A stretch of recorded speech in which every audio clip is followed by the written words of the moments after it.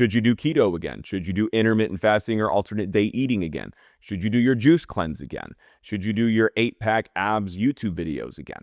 Should you do Weight Watchers again? Because they've got that 2-for-1 special. You pay one time, you watch the weight come off, and you get to watch the weight come right back on again at no additional charge. The one thing that all of these different diets and programs have in common is they never actually recognize that weight loss is an inside-out game. It's about who you are, how you feel, your identity, and who you are becoming. So what are you going to get out of this episode? What you're going to get are 21 questions to ask yourself to see if you're ready to lose weight and actually put obesity behind you for good. The intention of this episode is to empower you into not just weight loss, because you've already lost weight before, but actual sustainable weight loss and truly putting obesity behind you through root cause healing, addressing your mindset, and addressing your relationship with food. Hi, I'm Nick. I lost 110 pounds, and I've kept it off for 6 years after a lifetime of losing weight and gaining it back on every single diet and program that I just mentioned to you before. So everything that I'm speaking to you about is coming from the lens of what works in the long run. Grab a pen and grab a paper, because you're going to want to answer all 21 of these so that you can feel empowered to actually put obesity behind you for good this time. Let's go ahead and get into it. Question number 1. How did I get so fat in the first place? That was something that I had never really considered until my last weight loss journey in 2019. How did I get so fat in the first place? When's the first time that you went on a diet? When's the first time that you used food for more than what it was intended to be used for? Binged or overate, or ate your feelings, or ate to hide, or ate for safety? Get clear on what you did, why you did it, and what you actually needed in that moment. Because what you'll find is it's actually probably the same thing that you need right now, even though it might be 40, 50, or 60 years later. Question number 2, what is my relationship with food like? And this is something that I also had never considered, because relationship with food to me sounded really medical when I was fat. I'm like, relationship with food. Like, I don't have a relationship with food problem. I just like bullshit food. What is your relationship with food like? What does food do for you? What void might food be filling? What emotion does food give you that you are not getting elsewhere in your life? Is it mostly your reward? Is it mostly your distraction? If so, what is it distracting you from? If it's your reward, what are you rewarding yourself for? How else might you reward yourself? What are you hiding from? If you stopped hiding from that thing, would your relationship with food be better? In what ways is your relationship with food indicative of and representative of your relationship with yourself? Get clear on your relationship with food. It is a literal requirement if you want to actually cure your fat mind. Question number 3, what emotions am I avoiding by staying fat? What emotions am I avoiding by staying fat? What emotions will I need to build comfort with or learn to hold and release for me to become the kind of person that actually puts obesity behind me for good? Question number 4, who do I blame for my weight? And is that keeping me stuck? So in my case, I blamed my mom, and you've heard us talk on this show quite a bit together as I'm coaching her through her journey and what I call the common sense diet systems that she can put obesity behind her forever. And as I had blamed my mom because I grew up in an unhealthy household, a bit of an unstable relational household with some chaos and unpredictability that caused me to then turn to food, and me not being as active as I could have been when I was younger, and just eating a lot of bullshit all the time, feeling stressed and depressed, and didn't feel set up well for a healthy life because I didn't have an example of anybody living a healthy life. I always resented and blamed my mom for that, even though I would have never told her that before.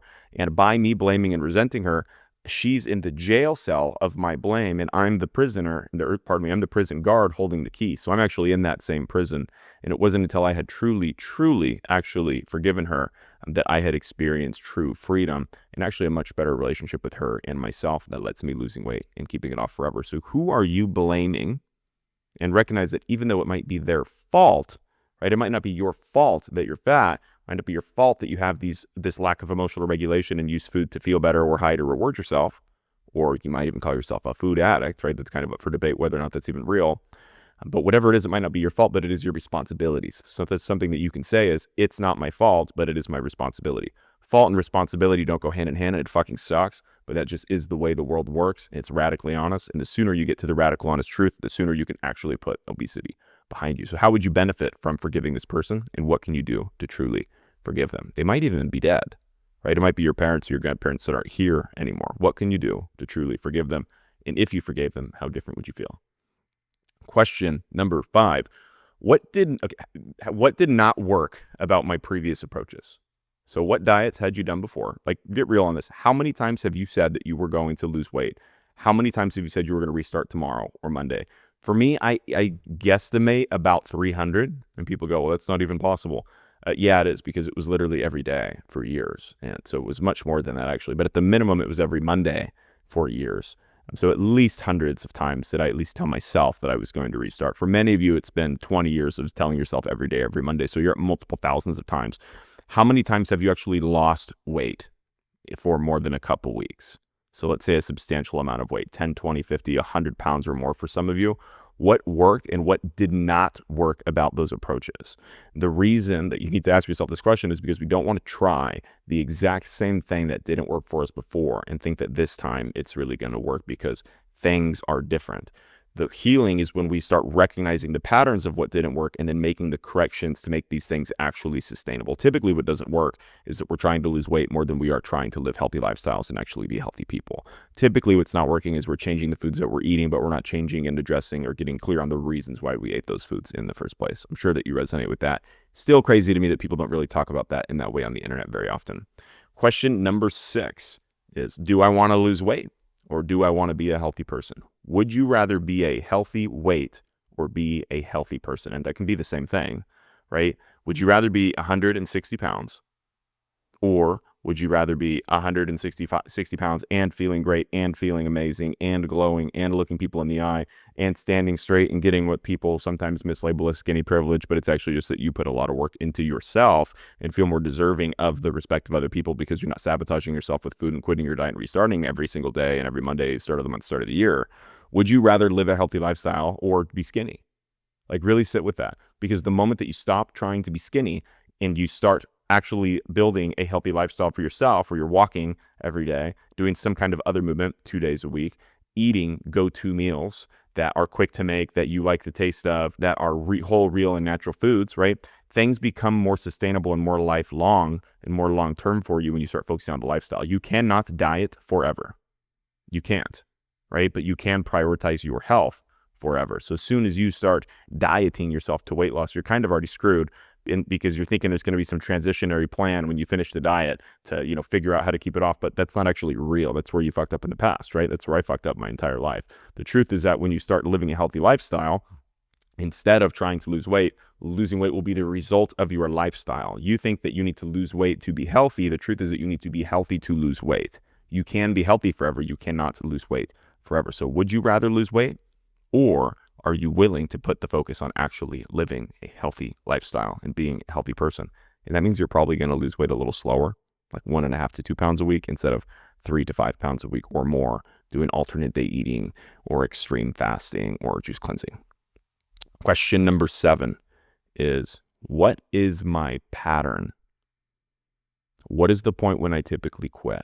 What are the excuses that I typically have, right? So for me, my pattern was I would diet, quote unquote, diet really hard, undereat Monday through Thursday, get to Thursday night and be like, I know I'm going to end up eating something over the weekend that I, shouldn't eat, or that isn't on my plan. I'm air quoting for those of you that are not watching this on YouTube, watching the video.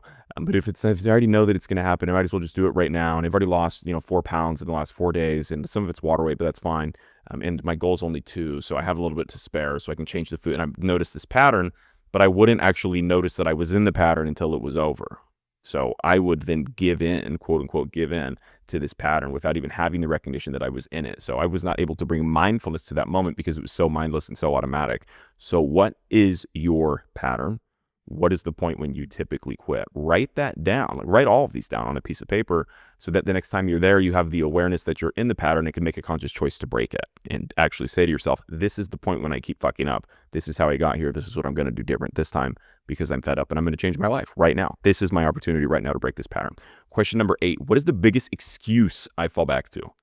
Is it that you're a postmenopausal woman? Is it that you've just always been this way? Is it that you come from a fat family? Is it I've always tried everything?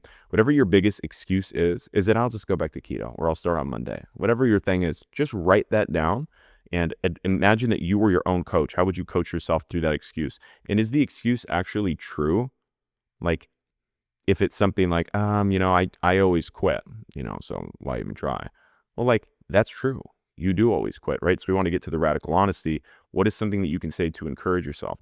I always quit. The best part of the fact that I always quit is that I felt so much pain from that I can use that pain to make the decision to actively choose so that I can change my own life for myself, for the things and the people that I care about, and so that the world can witness me in my fullness and my greatness, so that I'm not laying on my deathbed wishing that things were different. Now is my opportunity. It is my time to fucking shine.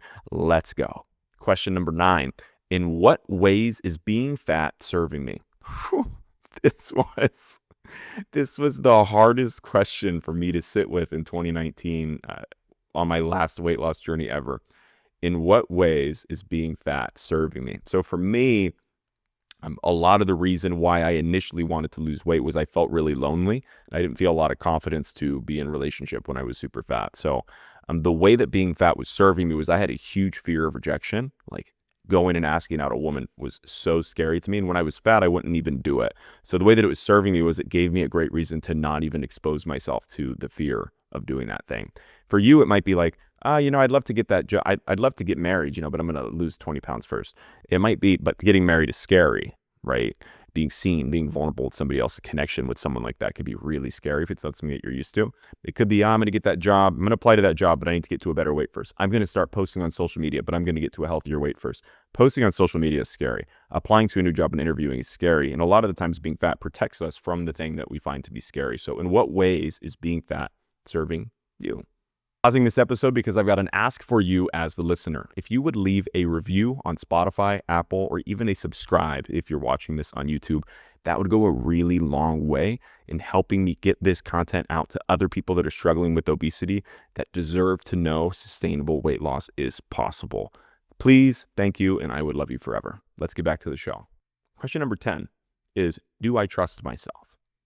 The reality is that if you're fat, you probably don't have full trust because you've been telling yourself that you're going to lose weight and do it for a long time, and then you haven't, right? So do I trust myself?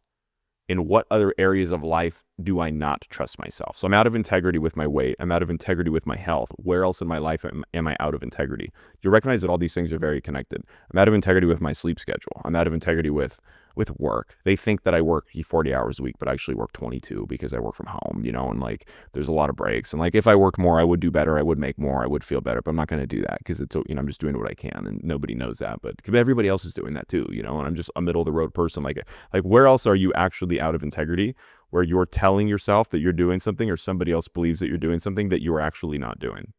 So for me, when I was fat, people would think that I was sometimes really disciplined in certain things. I've cheated through everything.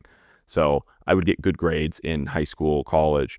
I would do well at work, but I always was looking for the shortcuts all the time. And people would be like, wow, oh my God, you're so disciplined in this thing. And I'm like, they have no idea that I just cheated through this.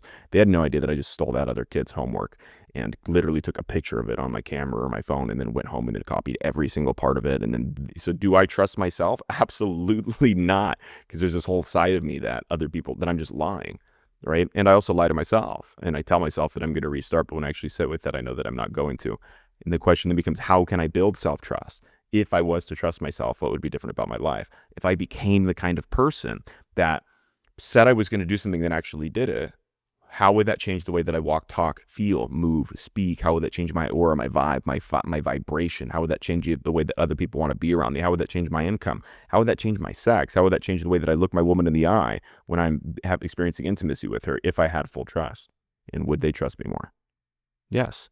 And could weight loss be my mechanism to practice and develop the self-trust that I've always desired but didn't actually know was possible until right now? Yes, absolutely it can. It's the same thing with self-love. Question number 11 is, why do I want to lose weight? And this probably should have been question number 1. It's probably the most important question. So why do you want to lose weight? You might think I want to look better. I want to feel better. Well, no shit, right? Justin Bieber wants to look better, feel better. Mariah Carey wants to look better, feel better. Selena Gomez wants to look better, feel better. Everybody wants to look better, feel better, live longer for their family, be there for their kids, But the reality is that for you to lose weight, if at this point it's clear that you don't have a food problem, it's clear that you know how to diet, you know how to count calories, but you just haven't done it. I just don't know why. I can't say that. I just don't know why I don't always quit. A huge reason is because your why doesn't actually mean that much to you, right? I want to be there for my kids. Yeah, but the reality is that for you to actually build a healthy lifestyle, means that you might have to wake up 15 minutes earlier when you're tired and start going on walks in the morning. That's hard to do for the first 3 or 4 days. When your alarm goes off at 6:15 instead of the 6:30 that you're used to and you got to get outside, you're not waking up going, I want to be there for my kids. I want to look better, feel better. It's like you love your kids and you're a great parent, I'm sure.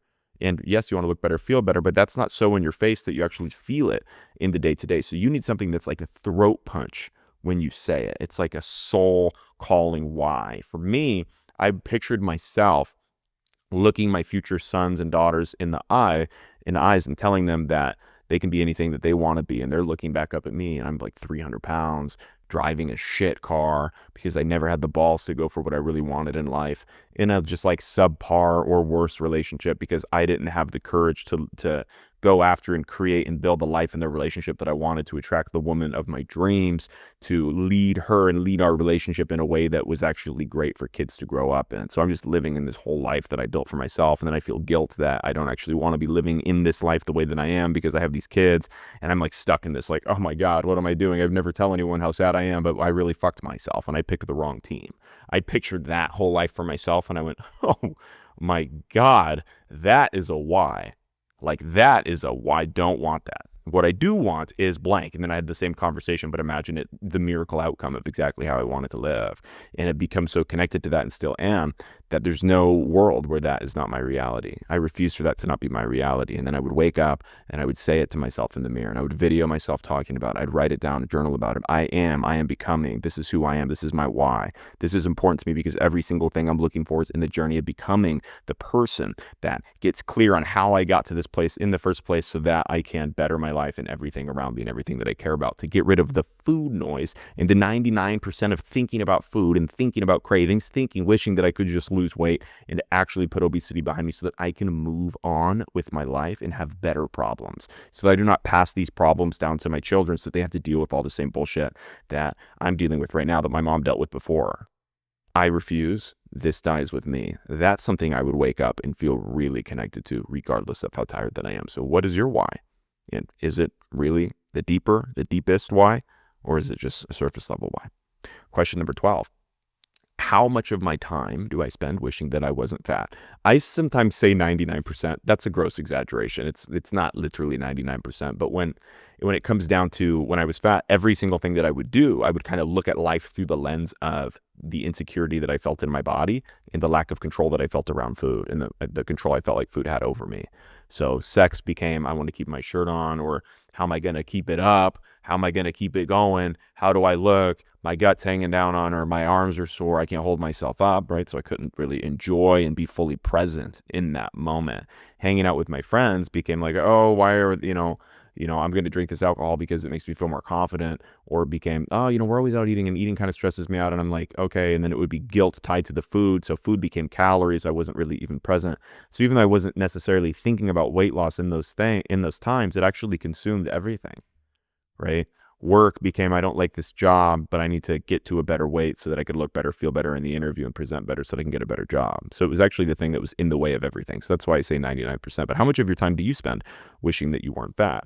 And if you weren't fat, what would you spend that mental energy on? So as you're losing weight and that feeling goes away, that food noise goes away when you eat whole natural foods on the common sense diet and foods that humans have been eating for a long time, meat, fruit, rice, vegetables, potatoes, dairy products, and you don't starve yourself, the cravings, the food noise, the obsessiveness goes away when you set up your go-to meals, which is something that we talk about on the show all the time. What do you want to put that energy towards? Because if you do not put that energy towards something intentionally, it's going to be filled with some other bullshit, right? Booze, weed, Netflix, scrolling on your phone. These are actually this is the same issue showing up in different areas of your life. So what are you missing out on, and what would you like to put that energy towards? And how different would your life be if you were able to actually do that? Question number 13. What health problems am I pretending won't happen if I don't change? This is a scary question. And this can be a tough one for those of you that are like 20 to 40 to 50 pounds overweight, where you're like, I'm not diabetic. I don't have crazy health problems right now. Like, my back is a little sore sometimes, and walking up 7 flights of stairs is a lot, but like 1 or 2 is fine. Those of you that are in that position, it's tough because you're not at your rock bottom, right? Those of you that are 120 pounds overweight, that, have already tried Ozempic and then you had the crazy side effects and it didn't work. So then you quit. You're on all these blood pressure medication, diabetic medication. Like, you're pretty connected to not what's going to happen, but what's happening right now, especially if you're 40, 50, 60 years old, right? If you're in that position, you're probably not 70, 80 years old, because there's this really tough reality that you don't see a lot of 70-plus-year-old really obese people. And that's because they're dead. And that's brutal to say. And it comes purely from a place of love. Let's make sure that the people that we know that died from obesity or things related to obesity did not die for no reason, and that we can learn from what they wish they would have done differently, because on their deathbed, they're sitting there going, wow, I can't believe that I didn't work through this thing. And had I, everything would have been different. And that was probably one of their dying thoughts. And that's just, oh my God, just sending so much love and positivity to everyone that has died from obesity. And we see you and we feel you. And we will do our very, very, very best to make sure that that is not the reality that we create for ourselves. Question number 14. How is my weight affecting my sex life and intimacy? People sometimes get uncomfortable talking about this. How often are you having sex right now? When I was fat, it was like twice a week. I was also in, my 20s. But a lot of the people that I work with, a lot of my clients are not having sex at all, are in basically sexless marriages. And when they have sex, it's not actually this really enjoyable thing. When you're having sex with your partner, are you actually looking them in the eye? When you have sex with your partner, are you walking? When you walk out of the bathroom, are you comfortable being naked and seen with the lights on? Because think about how crazy it is, right? In my position, I would love to just have sex with my shirt on, right? And I would walk out of the bathroom, be naked, and then turn the light off before I went to the bed. And just like the idea of being in life partnership with someone and not having the level of comfort with them where they can actually truly see you is so unfortunate. And it impacts every single area of your life. Because when you don't feel seen by your partner in that way, it's because you're not comfortable seeing yourself in that way, which changes the way that you show up everywhere and strongly impacts your relationship. And you've maybe never actually been comfortable enough with yourself or someone else to even experience the positivity and the reality of that just not being a thing. But I promise that you having a better sex life is everything. Better sex is more money. Better sex is more confidence. Better sex is more radiance. Have you ever heard the term a well-fucked woman or a well-fucked man? It's like, oh, that's a well-fucked woman. It's like somebody walking down the side of the road and she's just radiantly glowing purple and gold and white aura all around her. And everyone's like, wow, look at the way that girl's walking. Yeah, that's a lady that is having amazing sex. And you can actually do that. And you do not need to be skinny to do that, but you do need to be healthy to do that, right? You can't do that after eating a Domino's pizza and a Dairy Queen Blizzard and some KFC dumplings that are fried, 7 of them, with the little JoJo's that just came back. They just brought the wedge fries back. Did you guys see that? It's all over my Instagram for some reason, which is bizarre. But yeah, in what ways is you being fat affecting your sex life and intimacy? And if you had the sex life that you actually wanted, there's really not a reason that you shouldn't be having sex 4 or 5+ times per week. And there's really not, right? If you don't have the libido and the sex drive from that, then that is the thing. That is the issue. If you had more libido and more sex drive, sexual energy is everything. It's how you move throughout the world. And how would that change your life? Question number 15. How different would my life be if I actually put it behind me? And we've kind of asked you this in different ways throughout this episode. But if you actually put it behind you, not if you lost weight, but if you actually have the knowing that this was the last time you were going to do this, if you actually have the I'm done being fat, I actually lost it and I kept it off, and now it's been 5, 6, 7 years, people really connect with. Heck, how bizarre it is for me for me to say this right now. I sometimes feel disconnected from how fat I was because it's been so long. And I sit down and film these episodes and I go, gosh, I forgot. I forget that I was fat. And there was a 4 to 5 year period where I didn't post any content. I wasn't coaching. I waited 4 or 5 years until after losing weight to even start doing this. So I had truly actually put it behind me. My friends, a lot of them didn't know I was fat. No, it wasn't anywhere on social media. I did not talk about it ever unless it came up.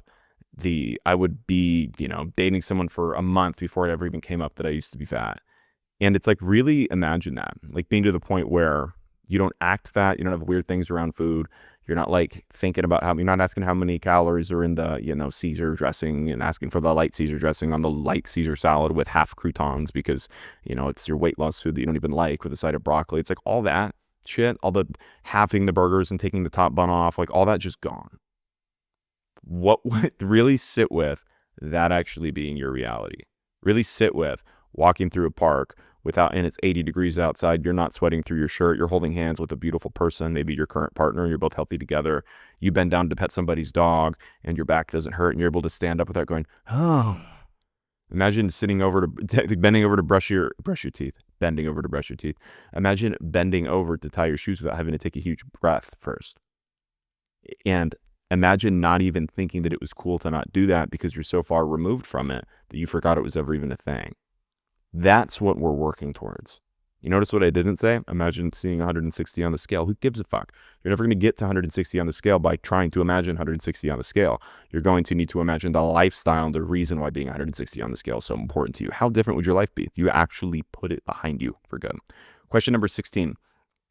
If I truly put it behind me, what would I spend all that mental space on? I asked you guys that one earlier. Question number 17.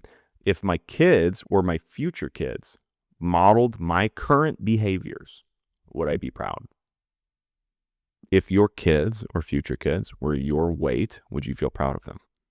If my kids or future kids had my relationship with food, my lack of motivation, my excuses, would I be proud of them?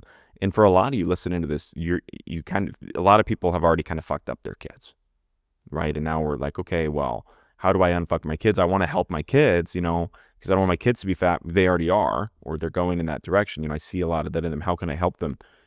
All you can do to help them is help yourself. All you can do to help them is be the parent that they need. Be the parent that you needed when you were younger that you didn't have. Otherwise, this probably wouldn't have happened in this way, right? So how can you be for them what you never had? And that's actually the highest good that most people can imagine. How can you become, including myself, how can you become in the world what you needed? Right? So for me, how can I become the coach that focuses on sustainability, root cause healing, mindset, relationship with food that I needed? Because had I existed before and found myself, I would have lost weight and kept it off forever the first or second time instead of the 317th time. After 6 to 7 years of extreme restriction followed by extreme fuck it and absolutely hating myself and results that were never permanent. How can you become the parent that you needed to your child? And that's what healing really looks like. It's also kind of like the AA model, right? A lot of putting it behind you is helping other people. That's what graduation looks like. Question number 18. If I could talk to the version of me 5 years from now, what would they beg me to do today? So right now it's 2025. Imagine that it's 2030. 2030 you is sitting right here and nothing's changed. It's just been the same patterns. Maybe it's probably a little worse at that point, right? Probably way more. Probably health issues are worse. Probably feel a little shittier. Bags under your eyes are a little bigger. Hair's a little thinner, right? Wrinkles are a little worse. That version of you sitting here right now listening to this podcast with you, you're in the car, you're sitting down on the couch, whatever. You look over to your right or left, like actually do this, turn your head. They're sitting right there and they're saying what to you? Please, please, please do not make me real in this way. Please do not make me real. I will do anything. I will do literally anything. I would pay every single penny in the world for you to just please, I am begging you. Question number 19. Do I love myself enough to live a healthy life? Do I love others in my life enough to live for them? A lot of the times we say, oh, well, I'd die for you. I'd die. You're like, would you live for them? I'd die for my wife. Would you live? Would you get healthy for your wife? Do I love myself enough to change? Well, I love myself enough to, it's a hard day. So I'm going to get Burger King on the way home. Right. Is that actually loving? Probably not, right? It's avoiding a feeling of negativity. And the part of you that wants to avoid the feeling of negativity does love you, but is not setting you up for self-love in the long term. So what does that part of yourself actually need? It needs to be assured and reminded and led that what love actually looks like is giving yourself what you really deserve, which is to feel good about your life, feel good about your body, and actually have a shot at putting obesity behind you for good. So do I love myself enough to change? And if I don't, how can I build self-love? if I was to take some action, could I develop self-love, which is very tied to self-trust in a lot of ways, through taking the action of somebody that loves themselves? And is the part of me that's been listening to this guy on this podcast talk through 21 questions of how to put obesity behind me, is that the part of me that loves me? Because if I didn't care, if I didn't love myself, I wouldn't care enough to even be listening to this anymore. Question number 20. Who do I need to become in order to finally put this behind me? So same thing, 5 years from now, imagine you're sitting on the couch. It's the version of you that it took 18 months to lose all the weight and keep it off. And now it's been 3.5 or 4 years. You forget that you were ever even fat. They're sitting right there. What do their clothes look like? What do they feel like? What does their breath smell like? What does their cologne perfume smell like? What does their hair look like? What does it look like when they have a sundress on and their legs are hanging out of it? And there's a little bit of loose skin. Yeah, a little bit of wrinkly loose skin. It is what it is, but they're pretty confident in it because loose skin is their superpower. It's their scar. It's their story of how much they've overcome that creates so much safety for everybody around them because they know that they're a trustworthy person that isn't full of shit. Who do you need to become to finally put this behind you? And how can you embody them and become them from the inside out right now? How can you create that version of yourself in your head and start living like them today? And it'll make you feel like an imposter because you look in the mirror and be like, well, I'm practicing living this healthy lifestyle, but I still have a fat body. But you're not actually an imposter. That's actually who you are and who you were born as and who you would be right now from a body perspective had you had the tools to work through all the trauma and the things that led to you eating food like this in the first place. So who do you need to become? How can you embody them? You recognize that that is actually a part of you, and you are living a healthy lifestyle. You're practicing building a healthy lifestyle. Your mind is healthy. You're practicing having a healthy mind, and your body is catching up to your mind over time. I am living a healthy lifestyle, and my body's catching up to my lifestyle over time. I have a healthy mindset, and I'm practicing thinking and saying healthy things to myself, and my body is catching up over time. It's not there yet, but it will be soon. And the last question, number 21. If not now, when? Because things will never actually be easier. And you said that you were going to do it for real last time when things were easier, and then they got easier, and then it got harder, and then you quit. You'll never have more time. You will never be in better health than you're in right now. You'll never be in better shape than you are today. Even if you're 58 years old, 67 years old listening to this, the idea that next year is going to be better is possible and will be the truth if you take action now, but it will not be the truth if you allow yourself to stay in the same patterns that you've been in of saying that you're going to, starting, and then quitting. If you'd like for me to guide you through your journey of actually putting obesity behind you the same way that I did on something that I call the Common Sense Diet System, you can click the link in the description of this podcast episode to speak with me, and I would be happy to talk to you about what that might look like to see if it's a fit for the both of us. If you made it to the end of this episode, thanks for being here. You absolutely have what it takes to lose weight, and you absolutely have what it takes to put obesity behind you forever. Go ahead and send me a message with your 21 answers if you're somebody that is actually writing all of these things down. The world deserves to see you healthy, and you deserve to finally put this behind you. And the good news is that you can. Thanks for being here, and we'll see y'all next week.